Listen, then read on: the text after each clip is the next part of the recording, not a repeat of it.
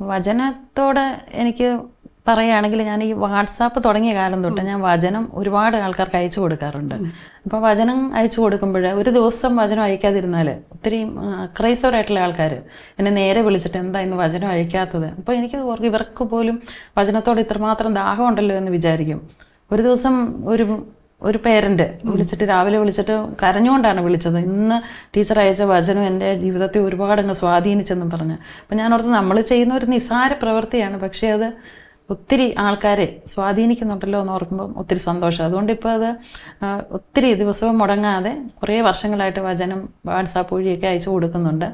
അതുപോലെ തന്നെ Sunday school കുഞ്ഞുങ്ങളോട് വചനത്തിലൂടെയൊക്കെ എനിക്ക് കിട്ടിയ അനുഭവങ്ങൾ പങ്കുവയ്ക്കാറുണ്ട്. പിന്നെ ജീവിതത്തിൽ നമ്മുടെ സാക്ഷ്യങ്ങൾ പറഞ്ഞു കഴിയുമ്പോൾ തന്നെ അവരൊരുപാട് വിശ്വാസത്തിലേക്ക് വരുന്നതായിട്ട് കാണാൻ സാധിച്ചിട്ടുണ്ട്. എനിക്ക് ഏറ്റവും കൂടുതൽ എൻ്റെ ഓർമ്മയിലേക്ക് വരുന്ന വചനത്തിൽ നിന്ന് തന്നെ എനിക്ക് എപ്പം എന്ത് കാര്യം ചോദിച്ച് വചനം എടുത്താലും എനിക്കതിന് കൃത്യമായിട്ടുള്ള ഉത്തരം ദൈവം തരാറുണ്ട്. എനിക്ക് വചനത്തിലൂടെ ദൈവം സംസാരിക്കുന്നതായിട്ട് പലപ്പോഴും തോന്നിയിട്ടുണ്ട്.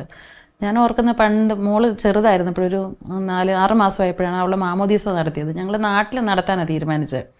ആ സമയത്ത് ഞങ്ങൾക്ക് കാറില്ലായിരുന്നു. അപ്പം ഞങ്ങൾ ബസ്സിലായിരുന്നു പോയി വന്നുകൊണ്ടിരുന്നത്. അപ്പോൾ ഈ മാമോദീസ നാട്ടിൽ എല്ലാവരോടും പറഞ്ഞു, മാമോദീസയുടെ ഡേറ്റൊക്കെ ഫിക്സ് ചെയ്തു. അതിൻ്റെ തലേ ദിവസം ഇപ്പോൾ മോൾക്ക് നല്ല ലൂസ് മോഷനും കാര്യങ്ങളൊക്കെ ആയി. ഇപ്പോൾ എങ്ങനെ ഇപ്പോൾ യാത്ര ചെയ്യണോ വേണ്ടയോ എന്നിങ്ങനെ ഞങ്ങൾ രണ്ടുപേരും വിഷമിച്ചിരുന്നു. മോനും ചെറുതാണ്, ഞങ്ങളിങ്ങനെ വിഷമിച്ചിരുന്ന സമയത്ത് ഞാനിങ്ങനെ പ്രാർത്ഥിച്ചിട്ടൊരു വചനം എടുത്തപ്പോൾ എനിക്ക് കിട്ടി, സമാധാനമായിട്ട് പോകുവിൻ, നിങ്ങളുടെ യാത്രയിൽ കർത്താവ് നിങ്ങളെ സംരക്ഷിക്കും. അപ്പോഴെനിക്ക് നല്ല ധൈര്യമായി. പിറ്റേ ദിവസം ഞങ്ങൾ രാവിലെ 6 മണിയുടെ ബസ്സിന് കട്ടപ്പനയ്ക്ക് പോയി. കട്ടപ്പനയാണ് നാട്. ഒരു പ്രശ്നവും ഇല്ലായിരുന്നു. അപ്പോൾ എനിക്ക് മനസ്സിലായി ദൈവം വചനത്തിലൂടെ നേരിട്ട് സംസാരിക്കുമെന്ന്. പിന്നെ മറ്റൊരിക്കൽ ഒരു ദിവസം ഞങ്ങൾ ഒരു 4-5 വർഷം മുമ്പാണ് ഇവിടെ പ്രേയറിന് ശേഷം ജപമാലയൊക്കെ ചൊല്ലിയതിന് ശേഷം നല്ല ചൂടുകാലമായിരുന്നു. ചൂടുകാലത്ത് ജപമാലയ്ക്ക് ശേഷം ഞാനിങ്ങനെ പറഞ്ഞു, ദൈവമേ ഒരു മഴ പെയ്തിരുന്നെങ്കിൽ, നീ ദൈവമാണല്ലോ, നീ എല്ലാം അറിയുന്ന ആളാണല്ലോ, ഒരു മഴ പെയ്തായിരുന്നെങ്കിൽ എന്ന് പറഞ്ഞു. അപ്പം ഹസ്ബൻഡും മക്കളൊക്കെ ചിരിച്ചു. പക്ഷെ ഞാനെന്നാലും ഈശോയോട് പറഞ്ഞു, ഈശോയെ നീ ഉണ്ടെന്ന് അറിയാനായിട്ട്, നീ ഉണ്ടല്ലോ, 1 മണിക്കൂർ മഴ പെയ്യിക്കണമെന്ന് പറഞ്ഞു. കുരിശ് വരച്ച് കഴിഞ്ഞ് ഒരു 5 മിനിറ്റ് കഴിഞ്ഞപ്പോഴത്തേന് ചെറുതായിട്ട് മഴ പൊടിഞ്ഞു തുടങ്ങി. കൃത്യം 1 മണിക്കൂറോളം ശക്തമായ മഴ.